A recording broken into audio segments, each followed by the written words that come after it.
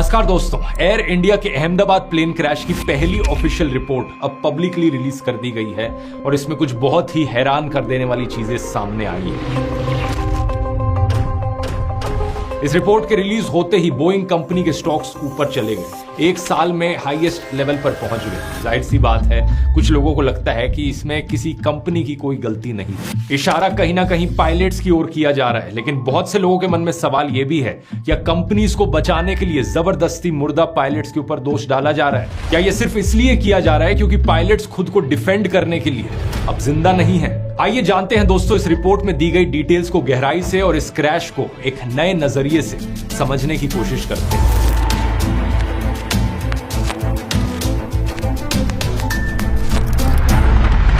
इस रिपोर्ट को निकाला गया है दोस्तों इंडिया के aircraft accident investigation bureau AAIB के द्वारा। पूरी रिपोर्ट का लिंक मैंने नीचे डिस्क्रिप्शन में भी डाल दिया है अगर आपको किसी फैक्ट को वेरीफाई करना हो। रिपोर्ट में जो सारे टाइम है उन्हें UTC यानी कोऑर्डिनेटेड यूनिवर्सल टाइम में लिखा गया है, जो IST से इंडियन स्टैंडर्ड टाइम से 5.5 घंटे पीछे चलता है। लेकिन आपकी बेटर अंडरस्टैंडिंग के लिए मैंने इस वीडियो में सभी टाइम्स को IST में कन्वर्ट कर दिया है।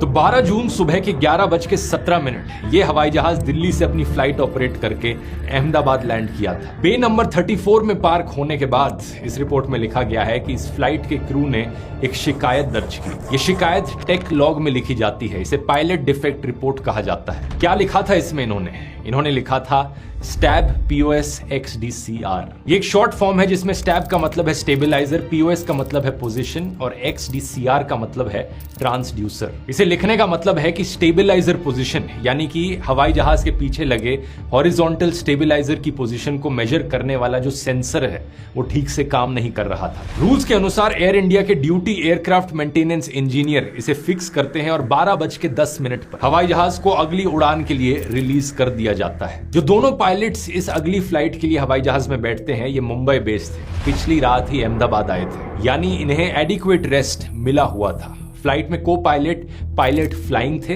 और कैप्टन पायलट मॉनिटरिंग थे। रिपोर्ट में इसे PF और PM करके लिखा जाता है। इसका मतलब है कि को पायलट प्लेन को उड़ा रहे थे और कैप्टन मॉनिटरिंग कर रहे थे। इससे पहले 11:55 पर क्रू ने प्री फ्लाइट ब्रेथेलाइजर टेस्ट भी पास किए थे, यानी कि कोई भी शराब के नशे में नहीं था। CCTV फुटेज के अनुसार 12:35 पर ये बोर्डिंग गेट पर दिखाई देते हैं। उड़ान भरने से पहले प्लेन में फ्यूल का वजन था 54,200 kgs और टेक ऑफ वेट था प्लेन का 2,13,000 किलो से ज्यादा, जो मैक्सिमम अलाउड लिमिट 2,18,000 किलो के अंदर ही था। इस प्रीलिमिनरी